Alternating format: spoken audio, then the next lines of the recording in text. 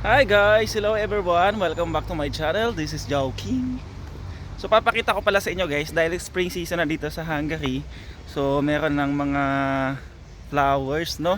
Hindi natin naabutan masyado yung mga cherry blossom kasi halos lang days lang yun eh. Pero ngayon guys, papakita ko sa inyo kung gaano kaganda yung mga halaman dito.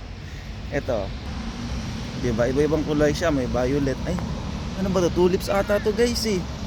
Tapos kulay pink siya. Tapos may naliligaw doon, no? Isang kulay yellow.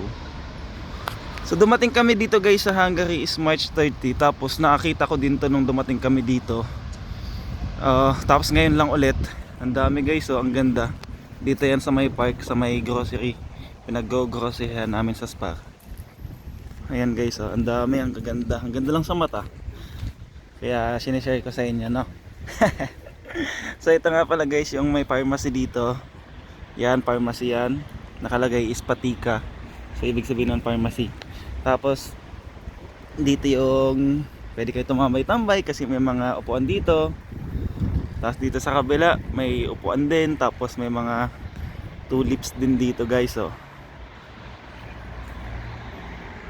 Tapos punta tayo dun guys sa kabila.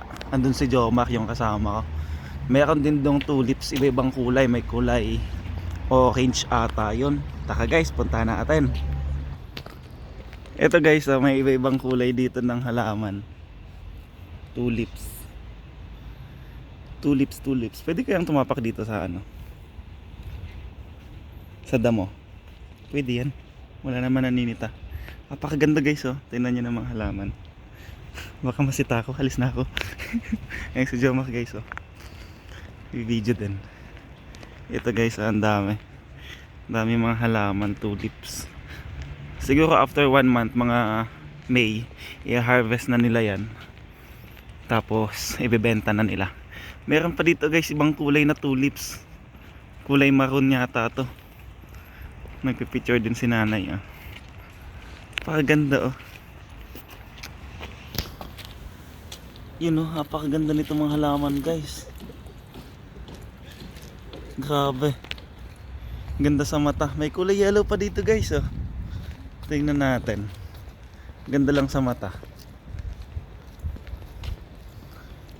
Hindi ako makapaniwalang may halaman palang ganito. Ngayon ako nakakita.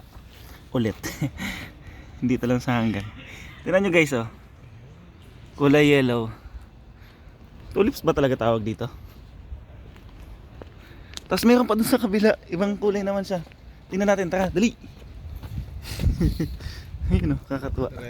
May kulay pula, tas may kulay puti, no? Ganda tumambay dito mga idol. Tapos may kadate ka, no? Tapos kukuha ka na isang halaman. Tapos nasita ka, dinakulong ka. Tingnan nyo guys, oh. Kulay lavender. Yan, oh, no? Pakaganda guys, oh. Gandang halaman. Ganda nito kung nasa Pilipinas kasi dito ako mabubuhay ata sa Pinas. Ang init sa Pinas eh.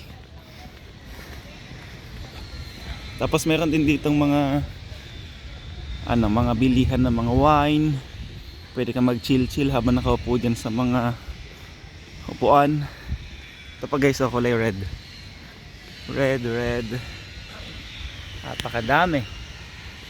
Tapos meron pa dito sa kabila mga bilihan, may bakery, may bilihan ng ice cream, may bilihan ng mga pagkain. Anything you want, may mabibili ka dito.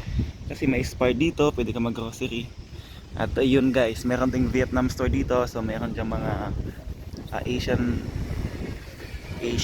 groceries. Pwede ka dyan mamili. Now, dito yan guys, so may malapit sa hotel namin. Kaya malapit lang, lakad lang namin to. So napuntahan ko na rin. Lagi namin napupuntahan to kasi malapit lang. Napakaganda, no? So yun guys, napakaganda ng view dito. Kaya kung gusto niyo pumunta sa mga ka-hotel ko dyan, mag picture na kayo dito.